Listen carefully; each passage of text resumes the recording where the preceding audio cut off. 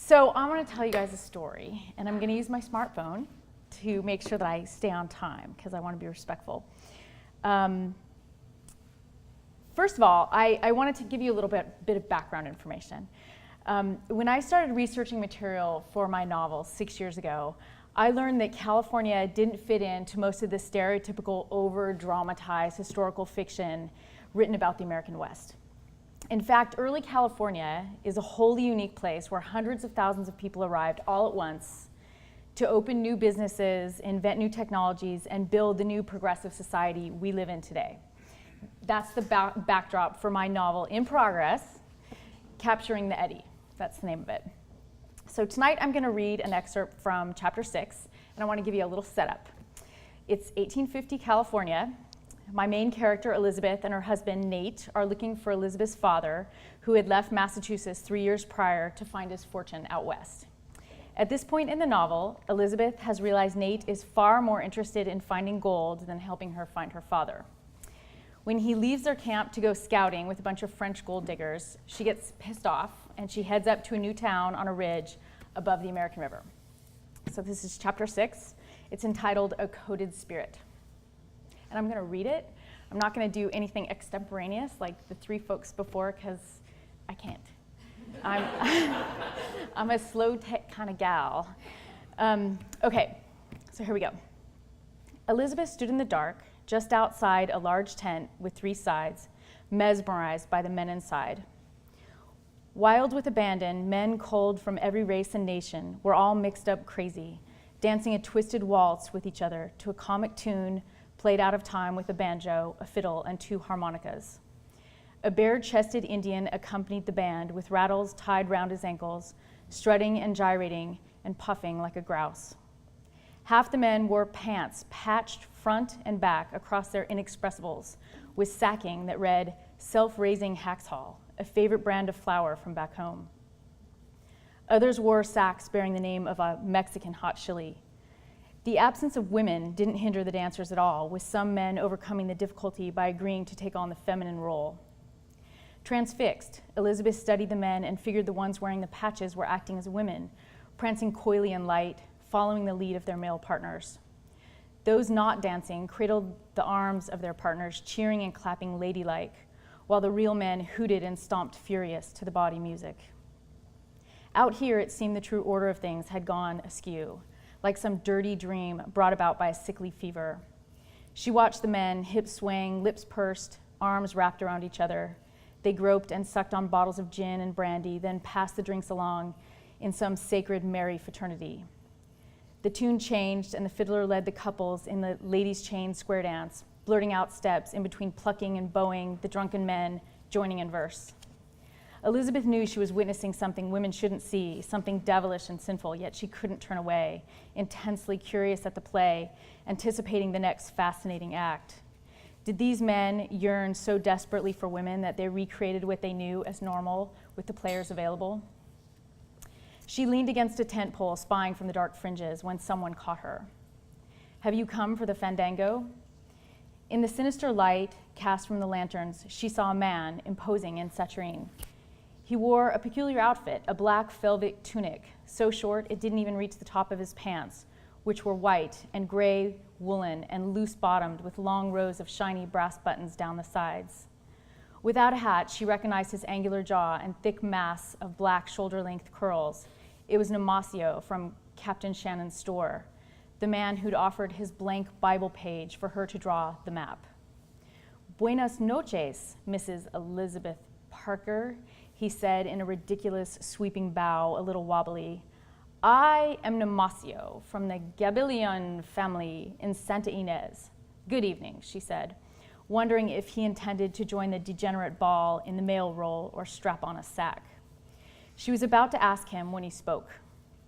"I don't think this particular fandango is for us," he nodded towards the tent, pulling on his own green glass bottle. "Ugh, you're drunk too," she said, looking away from him, back towards the center of the tent. "Ah, Senora, a matter of perspective. Perhaps not nearly as drunk as them," he said, swaying a little and leaning his hand on the tent pole behind Elizabeth for support. "I'm looking for my father," she said. Not Mr. Parker? Well, yes, him too, but I thought maybe my father was settled up here somewhere. Do you know him? Si, Mr. Parker, he said. No, not my husband, my father, Henry Goodwin. Grandes osos. Si, senor, I know him. Well, why didn't you say so back at Shannon's store? Asked Elizabeth. It wasn't necessary. Captain Shannon made you a map, he said with a slight hiccup, from my Biblica. Well, it's not a very good map. I can't figure it. Perhaps you'll do me the honor of dancing with me, he said, putting the bottle down and slipping his hand around her waist before she could object. Namasio turned her in circles, moving elegantly in time with the tune. He held her delicate but firm, guiding. She didn't resist, allowing herself to be led in a lovely dance in the dark, just outside the tent of debauchery. On my family's ranch, we have muchas fiestas, he said, pulling her in close, warming her against the cool wind picking up on the ridge.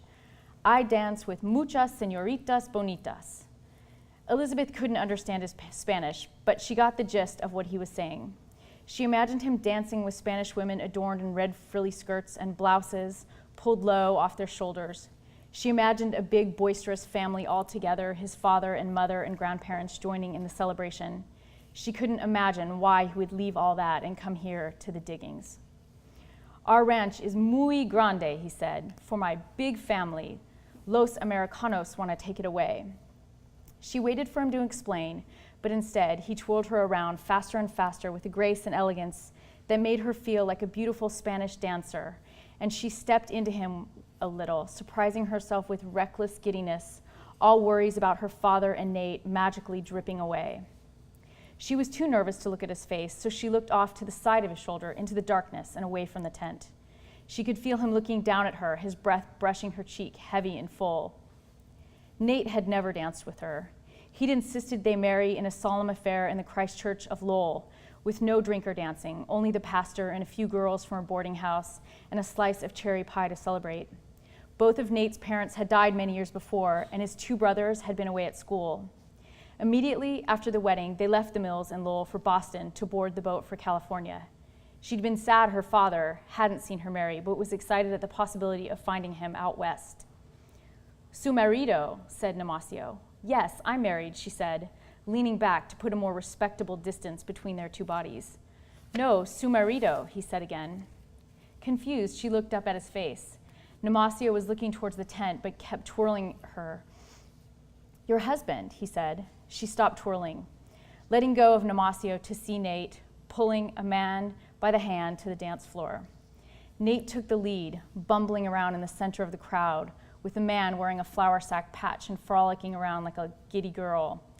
Nate was clearly in control, leading the actor around the tent with joyous revelry, smiling and loose like she'd never seen. The song ended, and Nate traded in the first man for another, a Chinaman who looked the part with fine boned cheeks, delicate eyes, and a long black braid dangling down his back. Another ditty began, and the pair danced, the lady man wrapped comically up in her husband's arms, his patch pants signaling his station.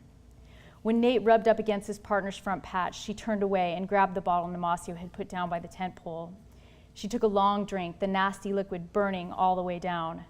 When Namasio tried to grab it away, she ran off and he followed.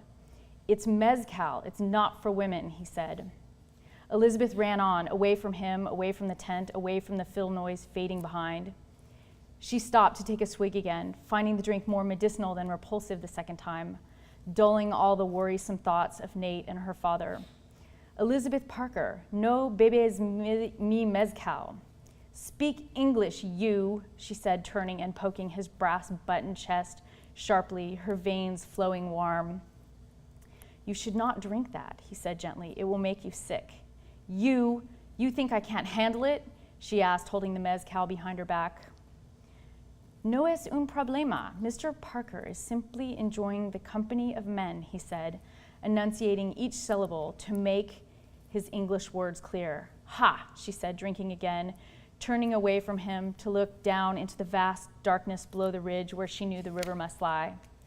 This time the elixir drifted up towards her head, letting her loose, floating. She walked along the ridge. On her fourth gulp, everything seemed clear, like some black marital mist had drifted away, revealing the truth. She marveled up at the night sky, blistered with stars, burning luminous like it was the first time she was able to see. "He will come back to you in the morning," said Nate. "Do you go with men too?" "No, Senora, I love women too much." She plopped down in the grass with no regard for anything, tucking her skirt between her legs to look like pants. She had no plan for how to get back to her camp in the dark. She had no plan for finding her father, and certainly no plan for managing things with Nate. She took another drink. Nemesio didn't try to take the bottle this time. He just sat down with his arms around his knees, watching her. "Are you a Mexican or a damn Spaniard?" she asked him. "I'm a Californio." "What the hell is that?" she spat. He didn't answer. In silence, he simply watched her slip away to a new spirit, clearly coded, and after a long time, he spoke. "Are you finished?" Nemesio's voice seemed distant and muffled. Elizabeth felt heavy and weightless and oddly warm given the cool summer night. She looked up at the sky, focusing on one particular blistering star, thinking it might talk to her, tell her what to do next. She took one final sip, the mezcal dripping down her chin, sloppy, then handed the bottle over to Nemesio, who took a cork out of his pocket and carefully fixed it back in the top. "You will get sick now, I think," he said. "Where do you sleep?" "Way back down there," she slurred, pointing down the ridge, then letting her body fall back and stretch open into the earth. She hoped she wasn't lying near an anthill. She hated those damn ants. Tears leaked out of the corners of her eyes, down her cheeks. She didn't want Nemesio to see her cry like she was some weak ninny who couldn't handle his special Spanish drink or her husband. She wouldn't blubber. She wouldn't get sick. Ignoring her churning insides, she covered her face with her arm, hiding. The wind whispered through the pines below the ridge wistfully, sounding strangely like water. Water running low in the distance, flowing free and wild and loose, finding a rhythm, running towards something unknown. She listened and passed into a sedate bliss. Nemesio picked her up and carried her back to his tent.